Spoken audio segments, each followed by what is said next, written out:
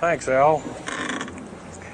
I guess I can always start off by saying loose lips sink ships. That's almost a pun anymore. I'm Phil Schneider. I worked 17 years for the United States government as a geologist and aerospace engineer, as well as a structural engineer. I worked for such elusive occupations with Morrison Knudsen, Bechtel, Page and Page, Aerospatiale of France, and a host of other EG&G and a host of other Los Alamos Laboratory and these kind of things.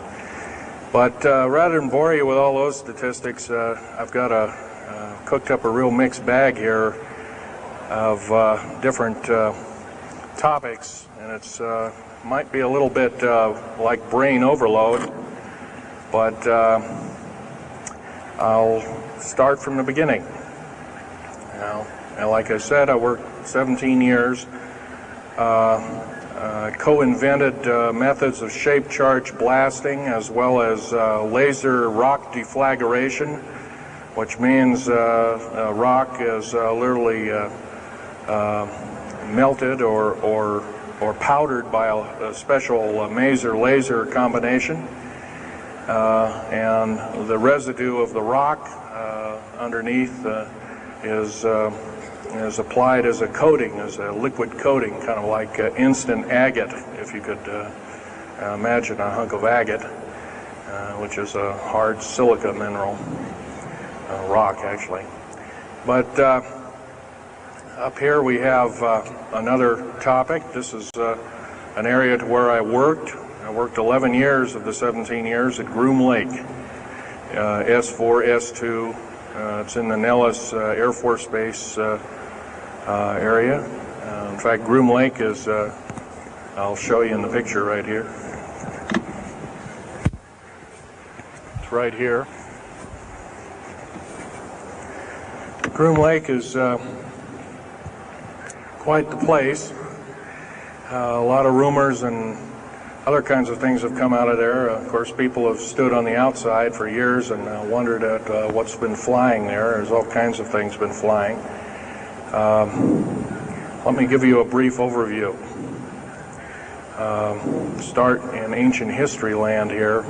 Back in 1909, the U.S. cavalry was engaged in catching some banditos that had crossed over the Mexican border into a place called Truth or Consequences, New Mexico. And they went into a cave or a hideout and killed the so-called bandits, but what they found out they couldn't explain, and they were called horseshoe craft at that time, or horseshoe ships. There were UFOs, and they saw these, what they called demons, gray demons, little gray guys all around the place. That was in 1909. Now in 1933, our government was actively engaged with the Europeans, mostly the French and the English, in special researches dealing with aerial phenomenon. And once again, the term flying saucer or flying disc didn't come about until much later, supposedly right around the mid-1940s. Anyway, the whole thing here is that also in 1946, I might want to add, we were engaged in atomic bomb testing and this kind of a like, and of course the area of Bikini Atoll. Some of the pictures are over here on the white board. Are showing with the actual language of both the U.S. Army and U.S. Navy archives. Anyway, these flying ships were seen as early as 1945, 46. Some of them were called Foo Fighters, and you name it.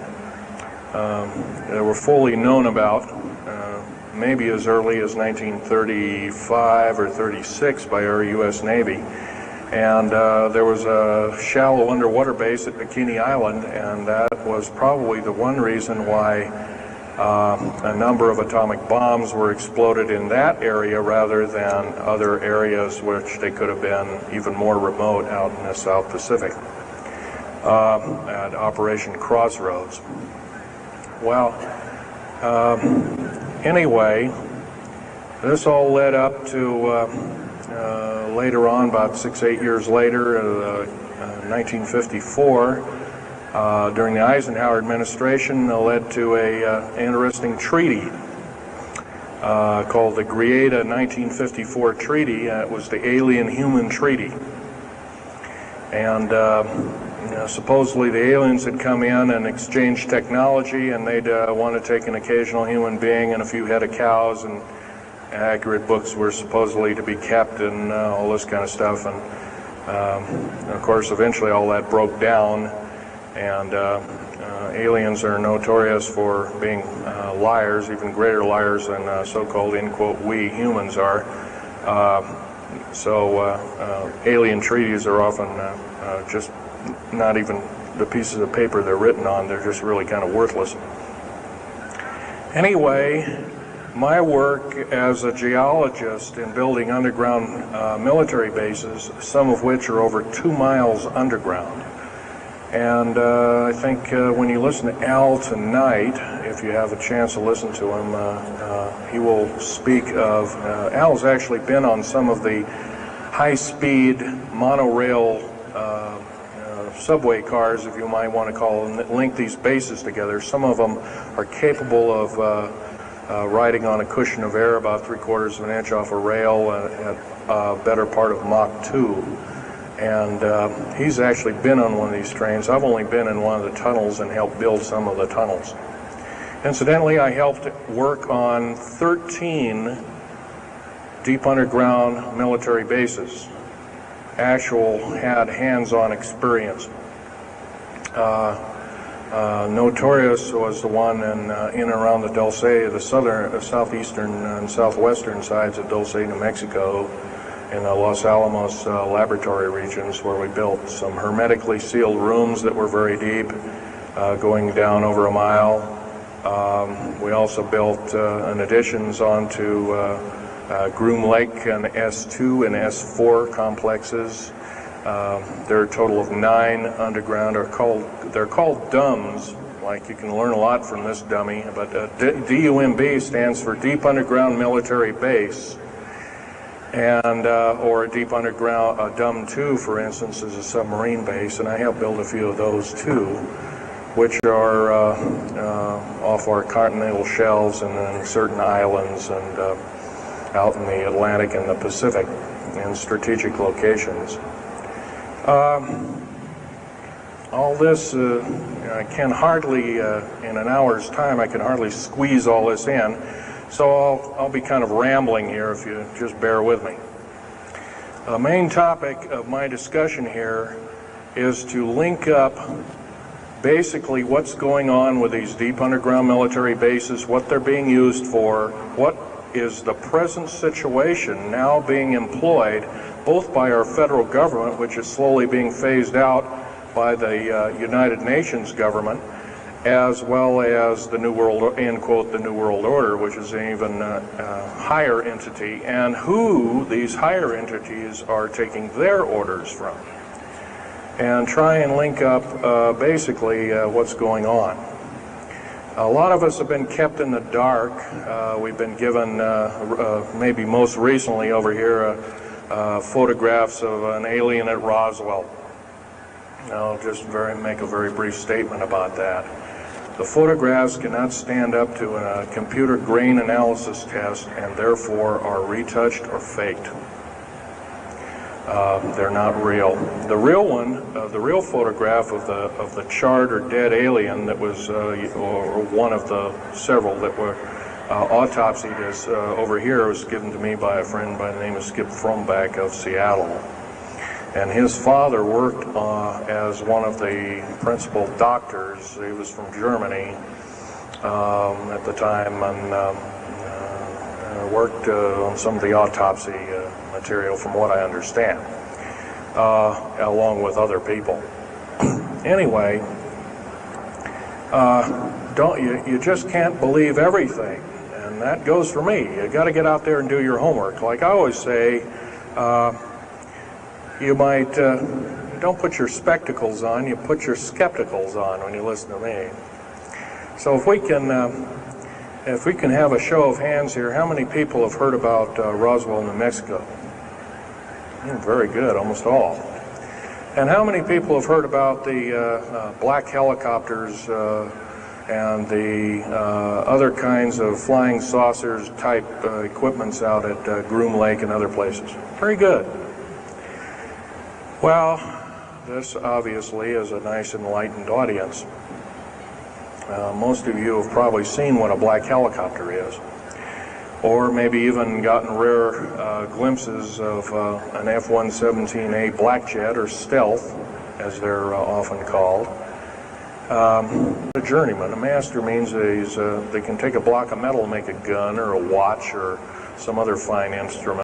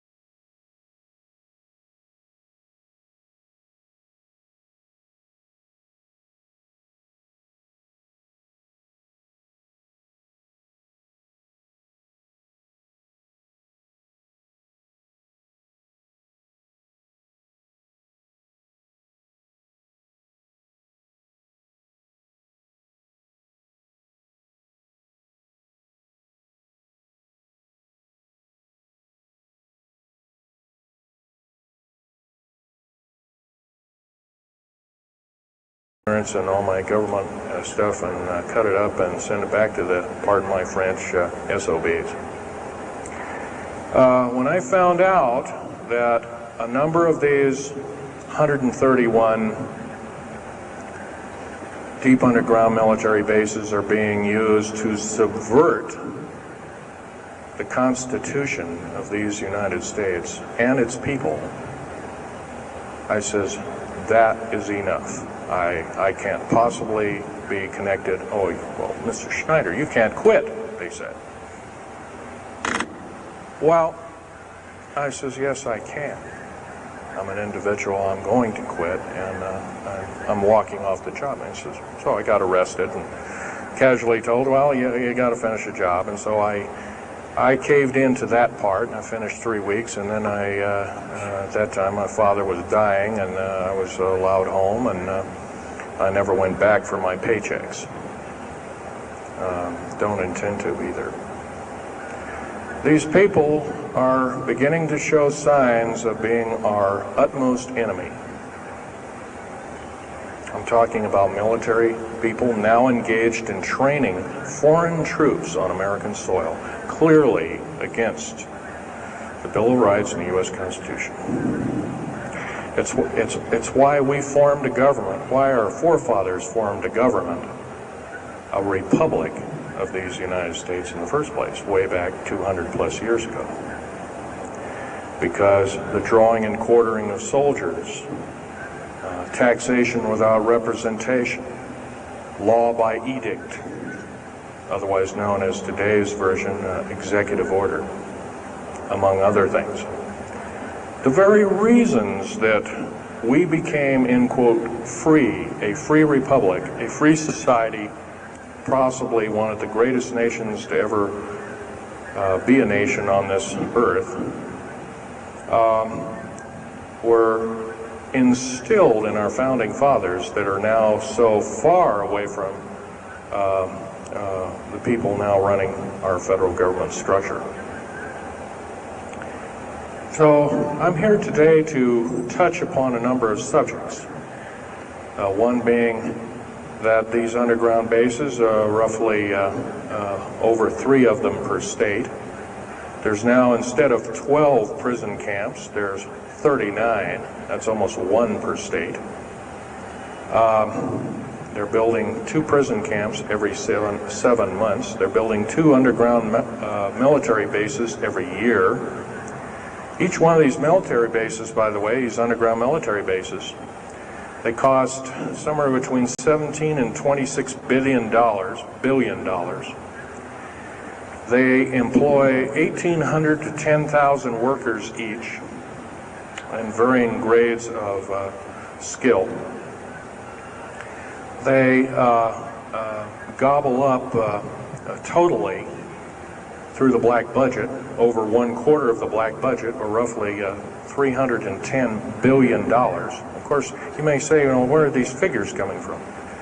Well, the black budget, as we know it, in quote, black projects, which anything called black is significant of hidden from Congress, hidden from the American people, and very few people are even in the know about it at all.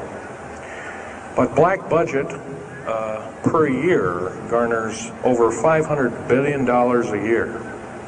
And it's these kind of huge quantities and sums of monies are garnered through CIA drug activity, National Security Agency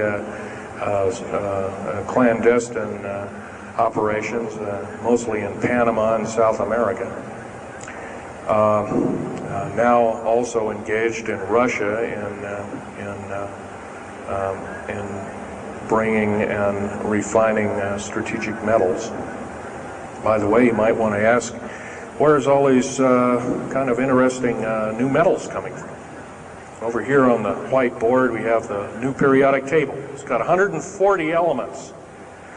Now in our high schools of today, I was in a high school about a week ago, I saw a new periodic table had 105 elements on it. Now somewhere we're not being told the truth. We're being lied to at every turn and every corner. We're considered less than morons. So the government has made itself an entity, an independent taxing body, an entity into itself, and isn't accountable to anybody, not even the so-called New World Order. They just go ahead and do everything willy-nilly as they please. There's nobody checking. You don't have to worry about this. Occasionally there's a senator who pokes a nose in here and there, and that senator finds out either nicely or not so nicely that you don't do things like that. Now, if we're to gain a grip on our country, if we're to take our country back, we must first ask our public officials. If they cannot tell us the truth, then we will impeach them, or they will be impeached, or they'll be tried as traitors. This is pretty stiff language. Already it's slowly beginning to trickle out and to occur to a number of people that this may be the only way out. Also, our founding fathers, George Washington, Patrick Henry, and a few of the other ones came up and said that you don't want to let the beast out of the box. And they were talking about a runaway government. You don't want to allow your government to become like England at that time. And so they warned us about this very same kind of thing. First of all, the United States is not a democracy. It's not a republic anymore. It should be a republic. That's to the republic for which it stands, one nation under God. Why we can't even pray in the public schools anymore. We have to have a Supreme Court judge or group of them, plus Janet Reno and company, among other things, telling us what to do. Interpret for us as if we cannot read with our own two eyes and understand with our mind. This, of course, is bad policy all the way around. And I guess I don't need to blow that by your ears. Okay, on another subject, I have a number of items up here at the table. One of which here is, if I can show it, is a heavy hunk of rock indeed. It has a weight of about a little bit more than a pound, 2.5 times the weight of uranium.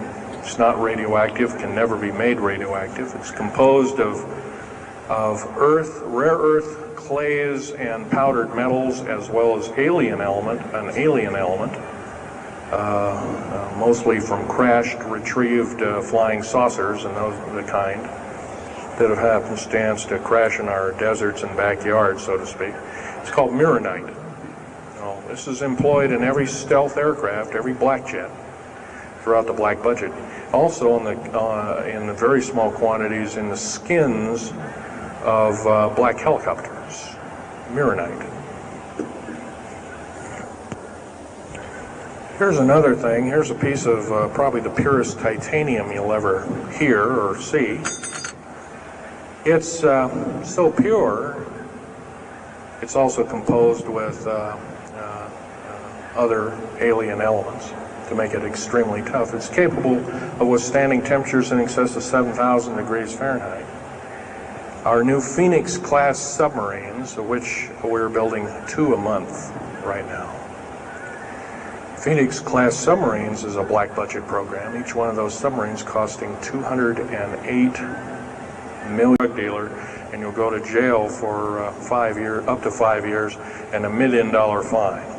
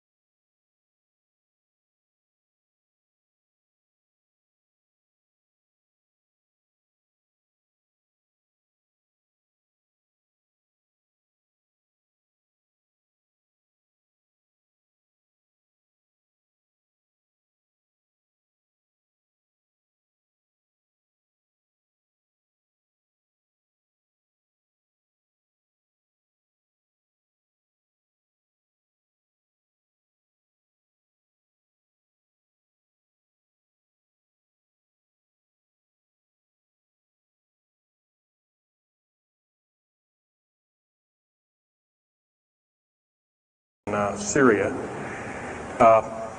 Jordan rather, excuse me, is a imprint of, it looks like a fossil, but it's not. It's an imprint of a small mechanical part with exactly 360 kind of little rotor blades. Well, this rock is 220 million years old. Who was making machines 220 million years ago? Maybe Von Däniken was right after all, huh? Here we have a actual piece of agatized fruit, or it's similar to a lime. It's even been pecked by a bird at one time, and that's still there. So it was instantly turned to agate. It is the same agate or chemical structure as material found at Hiroshima and Nagasaki after the A bombings in World War II, where grasses and flowers and petals of flowers and other kinds of things were instantly petrified, turned to agate. It is the same identical crystalline structure. However, this particular piece is about 20 million years old, and it's still got its original green coating, and it's basically unchanged. Perfect condition. Likewise, here's a garlic plant about somewhere between 20 and 35 million years of age, and once again it's got that same pink agate coating. And here are some pieces of the metal skin from the crash disk at Roswell. It was given to me when I was 14 years old. My father was visiting one of his old friends in the Navy archives, as well as he was in the Royal Navy in England. And I, as a 14-year-old boy, I says, "Gee, Dad, can I ask Johnny something?" "Oh, go ahead, ask him. Get anything you can from him," you know, that kind of thing. I says, "Well, gee, Johnny, well, do you think I can have a piece of this metal?" "Oh, no, you can't have that." And I says, "Oh, give it to the kid. What the heck? He won't have it very long anyway." Well, I've had it all this time. It's kind of a unique thing. They were able to break the skin of that craft, by the way, by dropping it into a bath of liquid nitrogen, hitting it with a mechanical or hydraulic hammer, and it shattered into little bits. And it was later analyzed and adapted for our own technology. All these artifacts are fine, but once again, the main part of this talk is, where's it all leading to? We get very little spin-off to where any of this is leading to. Occasionally we'll get a new computer, or maybe a quartz watch, or some little trinket, kind of like giving the Indians beads a couple of hundred years ago. Well, we're getting these little spin-offs. But the black budget still rolls on, garnering up over $1 trillion every 2 years.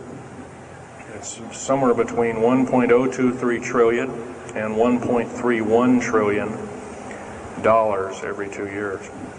And every year it goes by and the black budget is unchecked, unaccounted for, it's just subverting our country. That's number one. Number two is that these underground military, first of all, if there was something like a nuclear war, or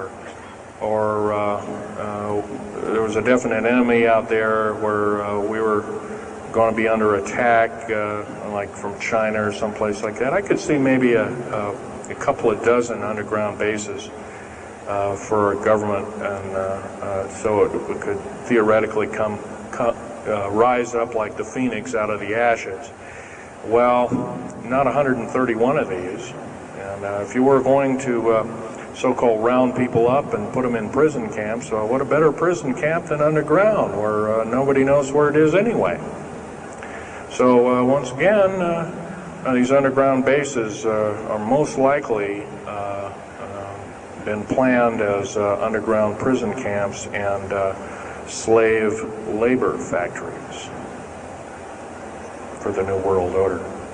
New World Order, by the way, is getting, and I'm probably the only person ever talking about this, the New World Order is taking, and the United Nations is taking its orders from, believe it or not, these more powerful outer space alien entities. We might call them the large grays or the small grays. Sinister forces indeed. And you might want to say, well, gee, how come we don't see more of this kind of thing? Well, you can just imagine. If you're only being told 5% or less of the truth, that isn't very much to go on. That's one thing. Another thing is you don't find very many people coming up here and letting you have hands-on experience.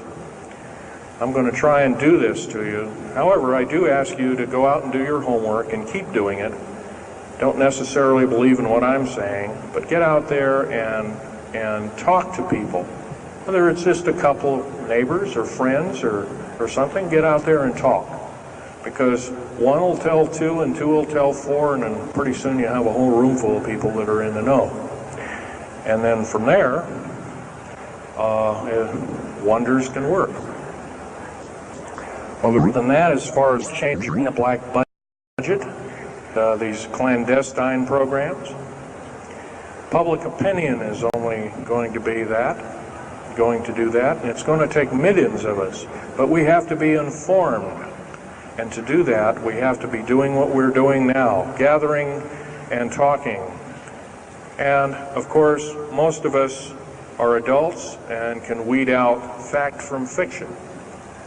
Most of us are responsible adults and know the difference between fact and fiction and how to use it or how to abuse it. And so we, therefore, have to continue to keep studying and keep talking. If there's just me out there, and believe it or not, there aren't very many people like myself out there talking. I've given over 30 talks in the United States, Canada, Japan, went over to England, went to Japan kind of illegal, came back the same weekend. They flew me in and out, but give a talk to a number of their execs, and they were very interested indeed. Now, if this was all a bunch of poppycock and hooey and poo-poo, I wouldn't be listened to, be given an audience by these people, but evidently I have. But 13 attempts on my life since the first of this year. There's a number of you ladies present, so I won't gore you out, but Al has seen some of the wounds, and there's a few other people that have been to a few of my other lectures, and they can attest that I have been shot. I've been run off the road, I've been pushed off the road, I've been mostly shot at, and that kind of thing like that. But been in hand-to-hand combat with some of these people, and once again, I'm not in the best of shape anymore, but I still know how to handle myself. And I'm just about ready to wrap things up here, but just basically wanted to give you an overview of what's happening. And if we have any questions, we can start asking a few questions. Okay, here's a gentleman way over here. Would you please speak up loud?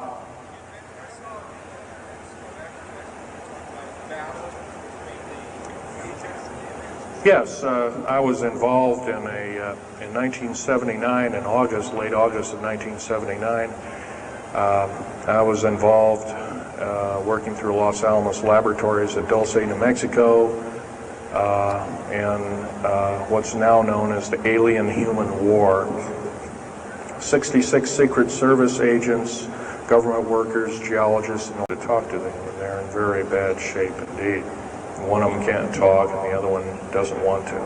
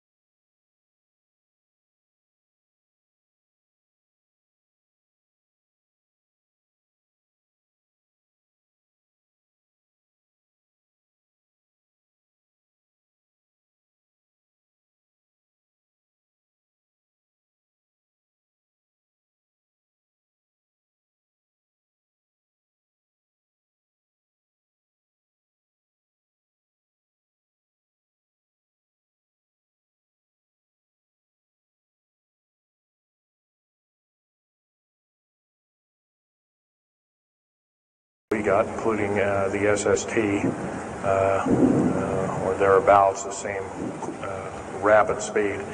But I helped build a lot of these tunnels, and all of the underground mountain or military bases are connected, all of them, all 131 of them. They're connected both by road, not a big freeway under there, but it's at least a 2 to a 4 lane road, rather narrow lanes, but they're there, and they're also high-speed magneto-leviton train tunnels. Yes, this lady over here. Stand up and speak up, please.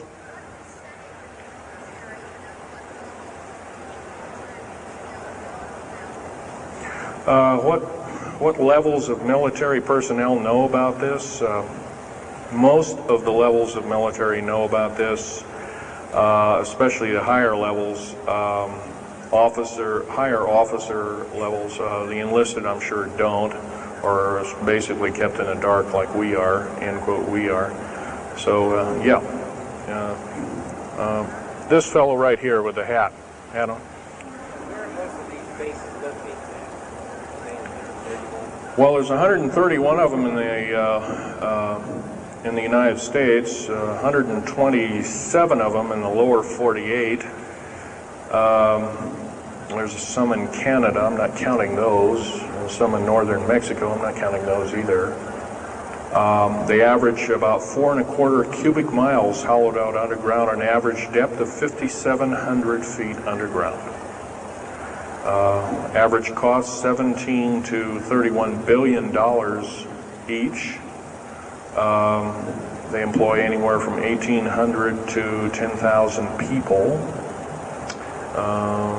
And some very large ones now being built in Sweden, one of which is repudiated to be 30 cubic miles. It'll take 5 years to build that one at a cost of about $2 trillion. And that's all being supplied by the United Nations. Yes? Anybody over here? No? This gentleman. Speak up, please. Okay, you want to know exact locations of all these? Well, for where all of your Army, Marine Corps, Navy, and Air Force bases are, they're with all this present, not the ones closed down. And by the way, the closed down bases are now being used for gasoline storage and equipment storage and these kind of things. So they're not really closed down yet. Boot camps, end quote, boot camps and all this kind of stuff. So-called prisoner camps and these kind of things. Right now, our police, for instance, are being trained by the Air Force and the Army intelligence in martial law research, as they call it. How dare they call that by that name? So where these are, they're where every one of these strategic bases are now. In Colorado, in around Denver, there's 3 of them, and they're fairly small. Some of these bases are only maybe 2,000 to 3,000 feet in depth. Some of them were built a long time ago, back 35, 40 years ago, and they're only maybe 500 feet, and they're mostly for equipment storage. Denver, and then there's Fort Collins. There's also Colorado Springs area has a number of them. By the way, Colorado Springs is kind of a famous area. Nikola Tesla's laboratories were in Colorado Springs, and need I say more? I'll leave that up to Al Bielek. As far as Nellis Air Force Base, there's 9 underground mountain bases in Nellis Air Force Base. That's in Nevada. It's north of Las Vegas. There's going to be a UFO show and conference in Mesquite here later on this month, and that's up very close to, end quote, Area 51. That whole area, by the way, the state of Nevada is 81% end quote, managed or owned by the federal government. The land is either restricted or run by the federal government. That's why there's groups rising as we speak, dealing with the problem of very vociferously, and senators are now getting involved. So evidently waking up is occurring. Yes, this gentleman over here. Speak up, please.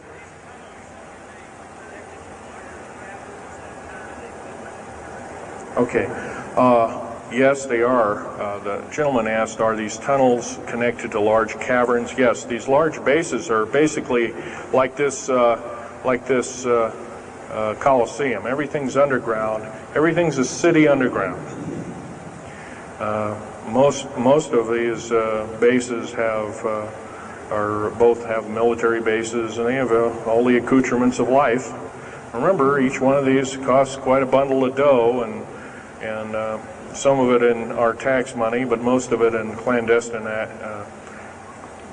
approaches, and that's definitely undermining the country. Yes.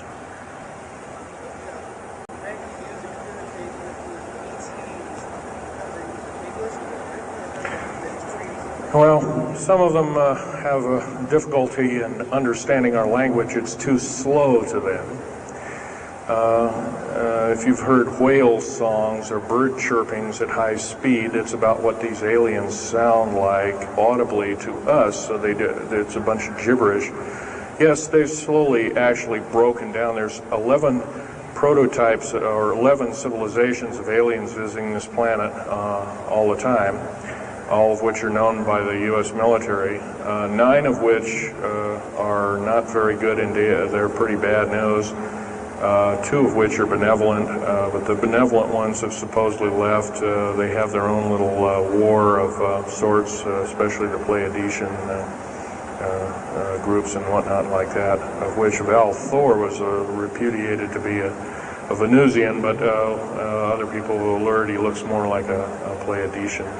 He looks normal human, except he's got 6 fingers and toes. He's got one oversized lung. He's got 2 hearts. He's got all kinds of weird stuff. Bones are bigger. Yep.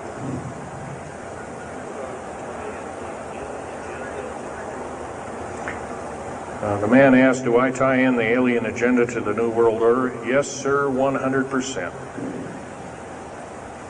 I can elaborate briefly. The New World Order right now basically is dismantling countries, governments, telling governments not to war with each other anymore, basically, so that looks good on the outside.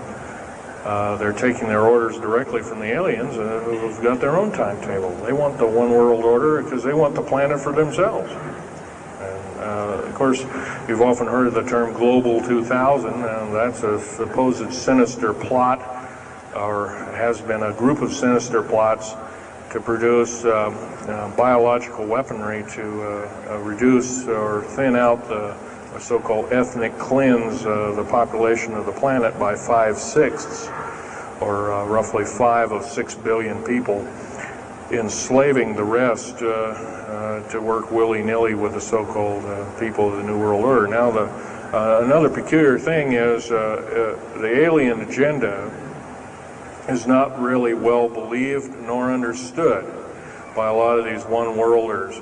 They don't believe it. They think they've been singled out for their own end of glory, and what they don't know is they're just another human being, and according to the negative or bad aliens, they're just another, we're considered bags of food to them. They don't eat us like we think of. This article out is now in federal prison. Then there's a book that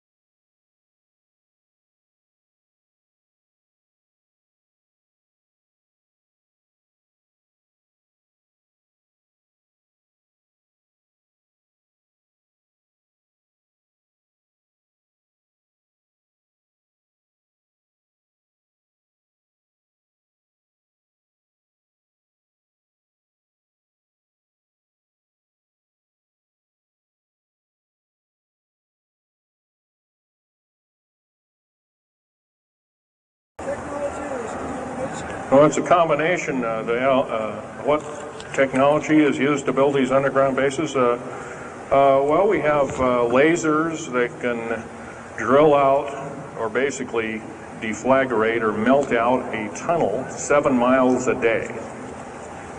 And that tunnel is 28 feet wide, 28 feet high. You've been told about drilling and boring machines in a very slow, 1/4 mile a day. Most of that went out in World War II. Most of that's all World War I or World War II era materials. And once again, you've been badly lied to.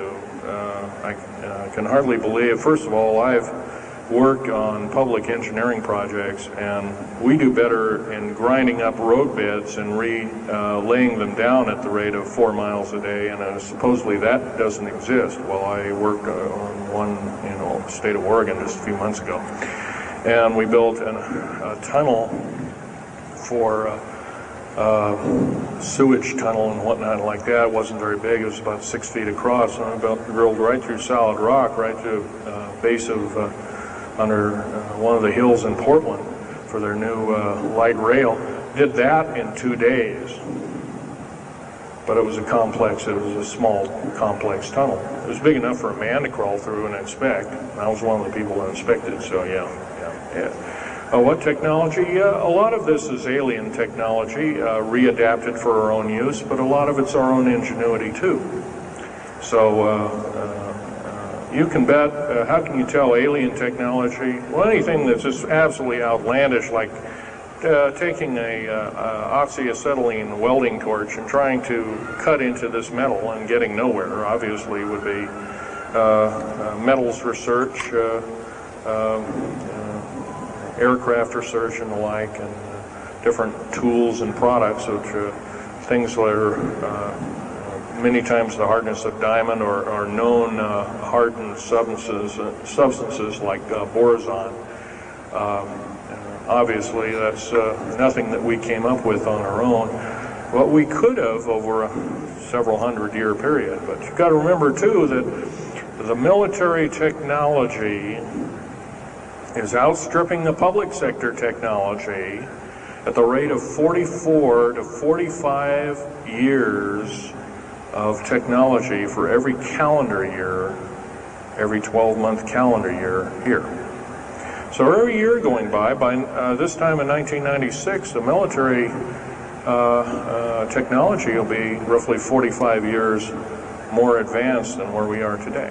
So it's quite possible that way back in 1943, the U.S. Navy not only caused the ship to disappear, it literally disappeared and reappeared. Basically, military technology right now is about 1,200 years more advanced than public state technology.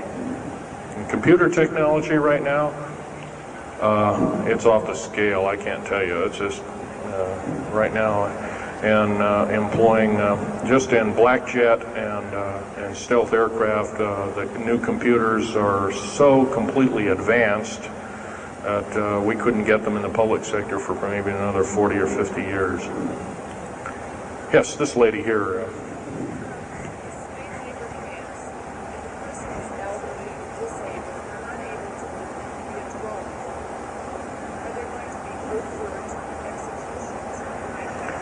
Well, the lady asked with the slave labor camps, the old, the infirm, the handicapped, are they going to be executed, and will there be executions? You can bet your bottom dollar there actually will be these things.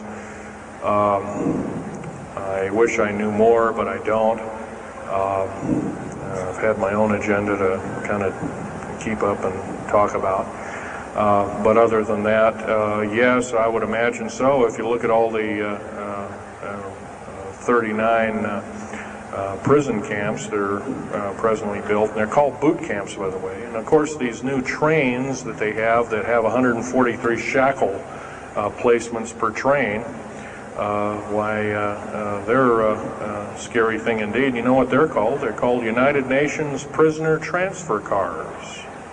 Oh, that's an appropriate name, I guess. Well, we got to wrap it up here. They're telling me it's time.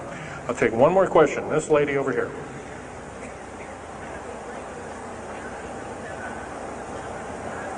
Don't brainwash. They don't brainwash you. How do they brainwash 18,000 people that are working? Well, you sign this little piece of paper saying you work, you go to prison for the rest of your days. Or you're not going to be taking home a paycheck of about anywhere from $4,000 to $40,000 per month, depending upon your position. $40,000 a month is a lot of petunias. Okay, well, I got to wrap it up here, folks. So I'll be over in Al Bielik's booth. I think it's over in booth number 125. I could take other questions there and let you take a look at artifacts. And once again on these artifacts, in a very few minutes, don't handle them, just look at them. Thank you very much.